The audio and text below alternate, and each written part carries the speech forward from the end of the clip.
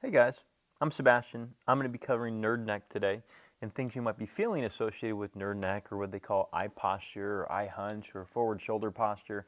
All of that stuff we're going to cover today, and we're going to cover in follow-up videos to come as well. I brought my computer and my phone. You can see I'm a Mac guy, to demonstrate some of the things that we can do ergonomically to improve things. So first off, stay tuned to the whole video. I'll go over exercises at the end that you can use. But I think in the beginning we have to fully understand what are the symptoms that you would usually feel when dealing with something like nerd neck. And so nerd neck is usually localized neck pain right around here. A lot of times headaches that will come over the ears and even localize around the eyes, above the eyes. There should not be any visual change or hearing change and weird stuff like that, and nausea and vomiting. That's all something else. By the way, there's a lot of things that can cause neck and shoulder pain. You can also have pain between the shoulder blades, right around the area where you really can't put your sunblock, right around there. It's going to feel like it follows almost the border of your shoulder blade. You can also have elbow pain on the backside, on the inside, on the outside, and also even sometimes numbness in the hands. The most common is these two right here, but you can have it in the palm or in the backside as well. So this is something that usually increases as you're working. Looking down at a computer tends to aggravate things. You get up and move around a little bit, it feels much better. You go for a walk, it feels better. And looking down at a phone, a lot of times people have discomfort at nighttime when they're trying to find the right position with a pillow. And a lot of times in the morning hours, they use the first 30 minutes or so, it's more painful. It starts to settle itself down, but when you get to work and do this again, it starts to come back.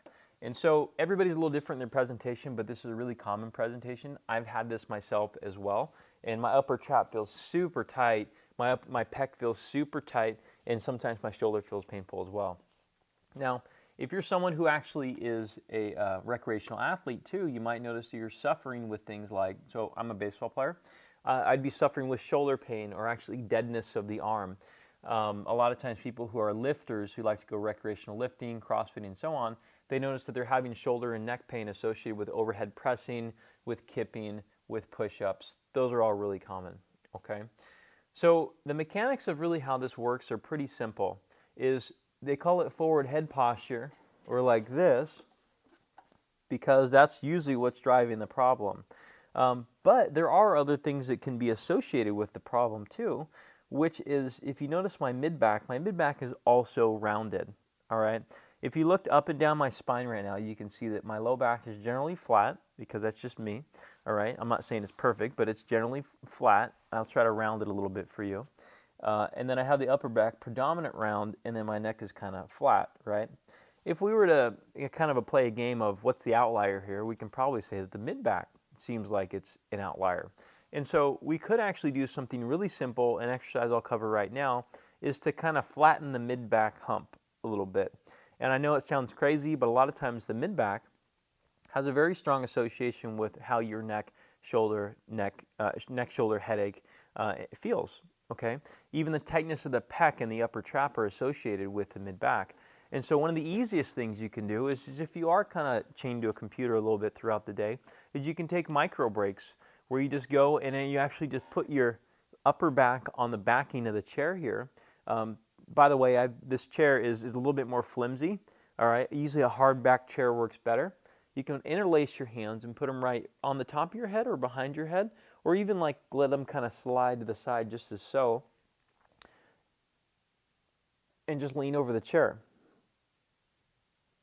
Pretty simple, right? Now you might wonder how this works. Well, after doing about 20 of them, you might notice that things generally feel better. You know, your pec feels better when you're doing stuff like this. You might notice that your neck feels better turning side to side, looking up and down, or that shoulder blade issue goes away as well. And so the way this really works is what we call it the mobility stability continuum. The mobility stability strength continuum, where there are zigs and zags to the body, and there's things that affect each other, all right? Generally, the body has a series of mobile and stable segments or regions that kind of have that predominant job.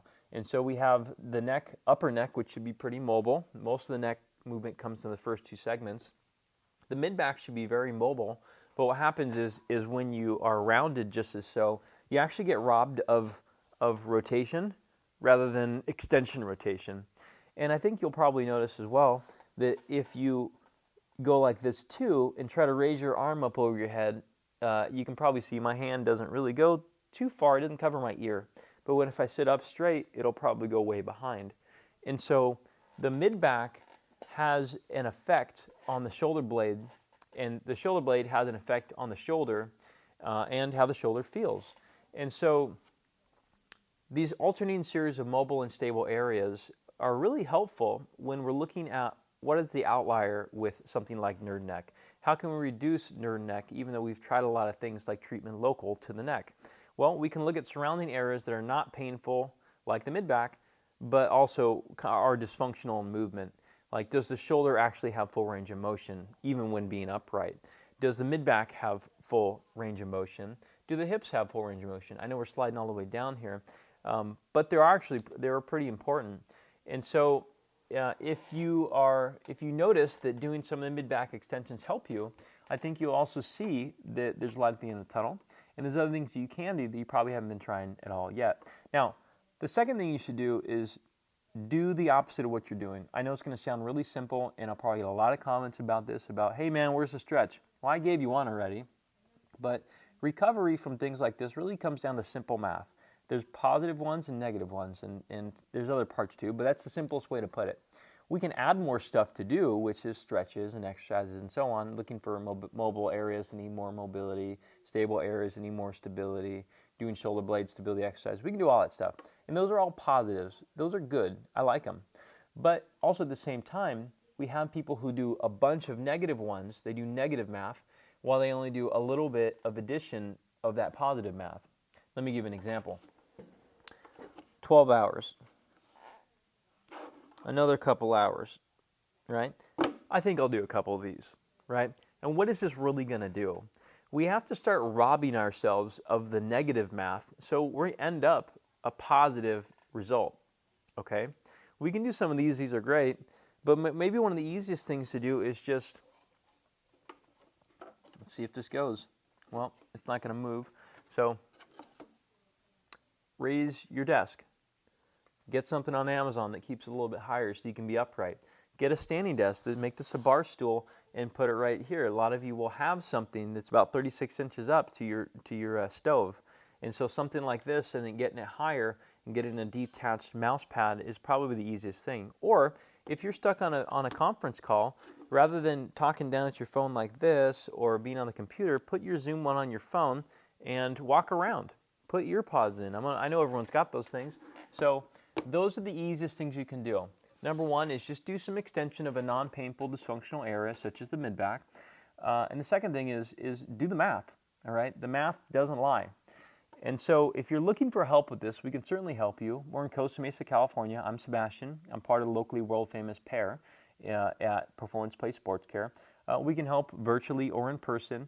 We've had people fly in to see us and all that kind of stuff, and it's really great. Like, we can take them through a lot of things very quickly here.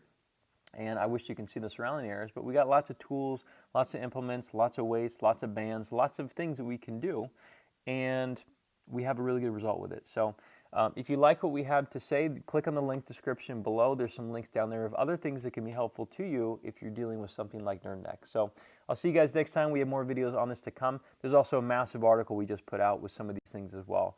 So all of that's in the description. I'll see you guys next time.